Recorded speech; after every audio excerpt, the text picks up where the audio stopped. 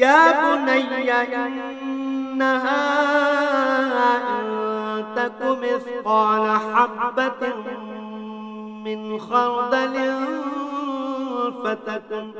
فتكن في صخرة أو في السماوات أو في الأرض يأت بها الله إن الله لطيف خبير يا بني أقم الصلاة وأمر بالمعروف وانه عن المنكر واصبر على ما أصابك إن ذلك من عزم الأمور লোকমান আরো বলল, হে বৎস, তুমি নামাজ প্রতিষ্ঠা করো, মানুষদের ভালো কাজের আদেশ দাও, মন্দ কাজ থেকে বিরত রাখো।